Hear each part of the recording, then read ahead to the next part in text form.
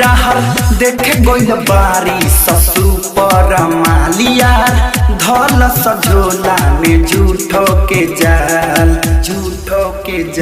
डहर देखे गइल बारी ससुर पर मालिया धल सझोला में झूठो के जाल उ त खेतवे में जाके सुन पाकी हचरी छौरी गइल बिया तीनू खचड़ी यार पकड़े चल मछरी छौरी गइल बिया तीनू खचड़ी यार पकड़े चल मछरी। आप सुन रहे हैं एजी एंटरटेनमेंट की धमाकेदार प्रस्तुति। छौरी गइल बिया तीनू खचड़ी यार पकड़े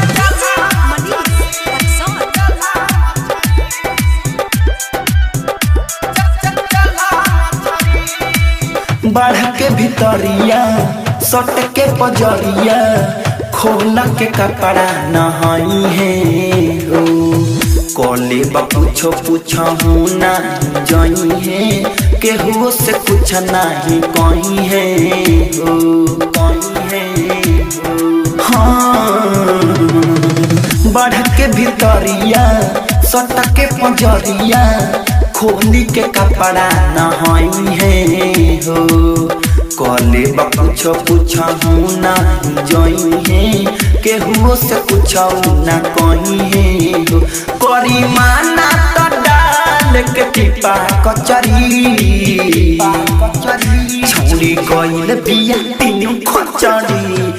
यार पकड़े चल मछरी छौरी गइल बिया तीनू खचड़ी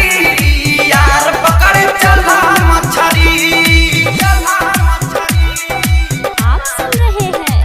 एजी एंटरटेनमेंट की धमाकेदार प्रस्तुति। छौरी गइल बिया तीनू खचड़ी यार पकड़े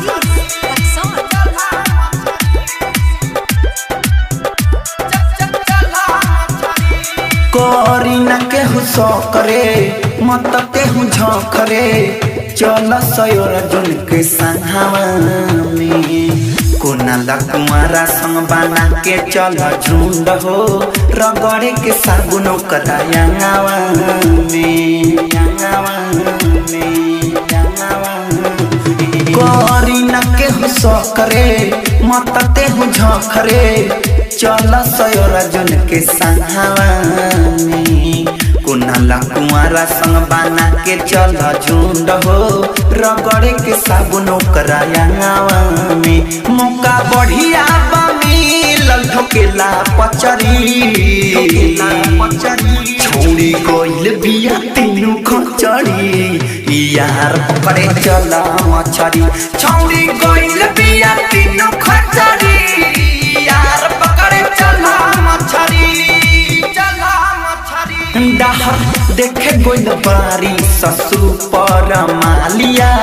धल सझोला में झूठो के जाल उ त खेतवे में जाके सुन पाकी हचरी छौरी गइल बिया तीनू खचड़ी यार पकड़े चल मछरी छौरी गइल बिया तीनू खचड़ी यार पकड़े चल मछरी। तमाशा डिजिटल रिकॉर्डिंग स्टूडियो लखौरा।